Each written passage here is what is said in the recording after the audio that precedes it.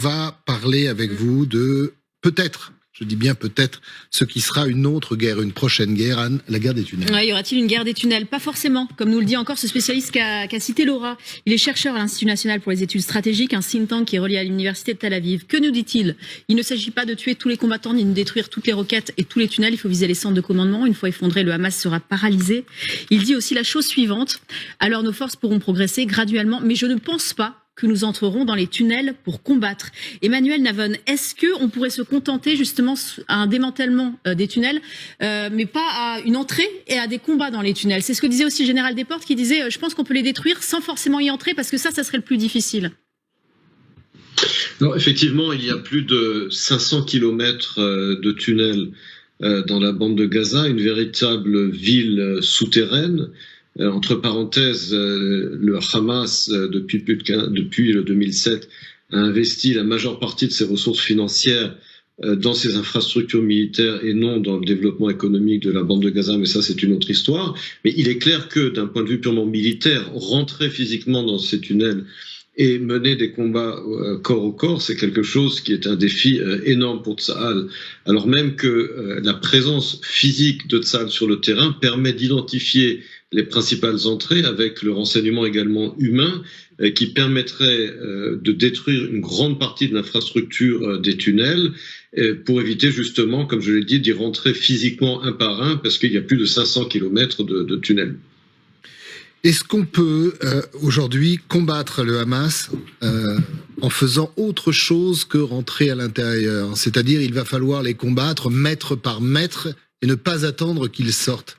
C'est peut-être aussi pour ça que les autorités aujourd'hui en Israël disent que ça mettra du temps. Peut-être ne pas attendre qu'ils sortent d'eux-mêmes, mais aller les traquer là où ils sont. Et non seulement aller les traquer là où ils sont, mais encore une fois, il faut bien comprendre que le Hamas préserve ses ressources militaires, mais également son ravitaillement dans les tunnels. Donc, plus le Hamas attend sous terre, plus finalement il sera affaibli, en tout cas ses dirigeants. Puis n'oublions pas, c'est un des objectifs de la guerre, cela a été rappelé par le chef d'état-major qui a été cité dans votre reportage, c'est également de retrouver les otages. Israël a plus de 200 otages. Donc le temps joue pour Israël si la stratégie effectivement est d'épuiser le Hamas sous terre en identifiant les principales sorties, puisque comme je l'ai dit, ces ressources à la fois militaires et également de ravitaillement se trouvent essentiellement dans les tunnels.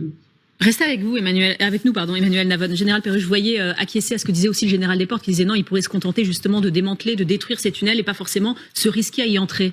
Oui, moi je vous renvoie à l'exemple que nous avons vécu ensemble sur ces plateaux dans la guerre entre la Russie et l'Ukraine, à Mariupol. Ouais. Mariupol. On a vu que ça avait duré très longtemps, mais qu'à la fin, les défenseurs qui étaient enterrés ont fini par se rendre. Hein.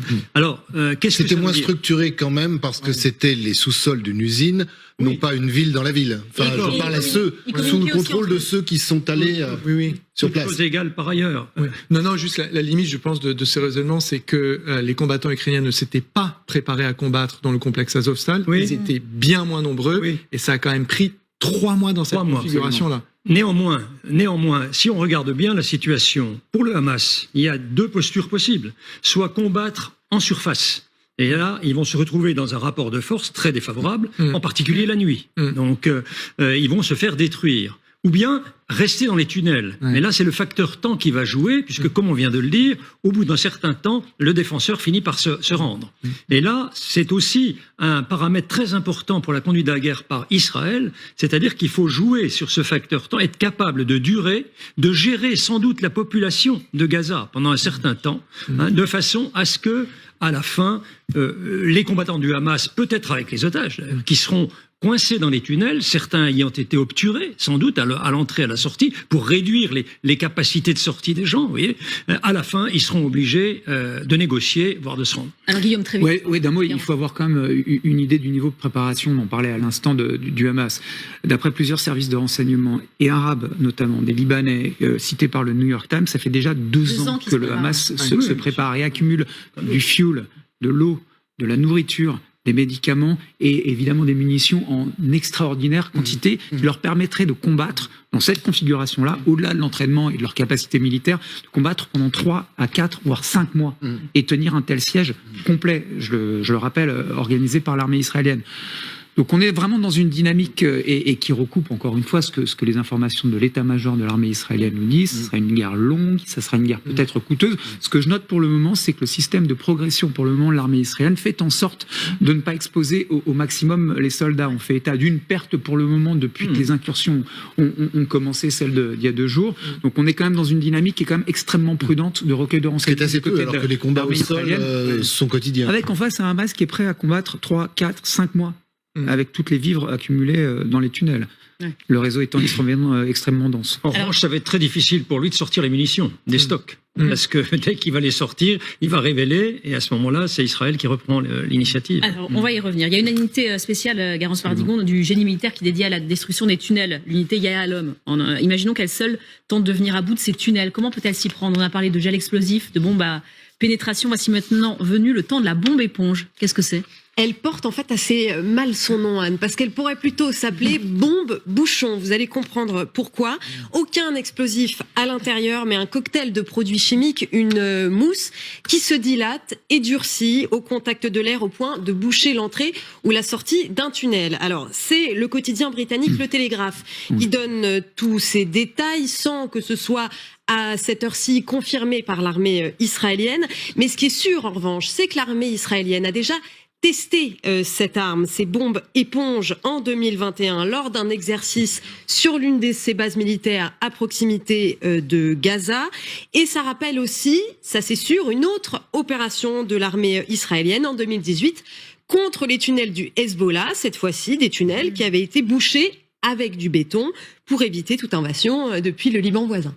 Garance, est-ce que c'est vraiment moins dangereux pour les soldats israéliens? Disons que ce n'est pas le même risque, parce que qui dit armes chimiques dit risque chimique pour les soldats qui manipulent ces armes. Certains soldats israéliens ont perdu la vue en les manipulant, et pour cause, ça a l'air assez artisanal si on en croit ce que dit le Télégraphe. Regardez, contenus dans un récipient en plastique, les appareils spécialisés disposent d'une cloison métallique séparant 2 liquides.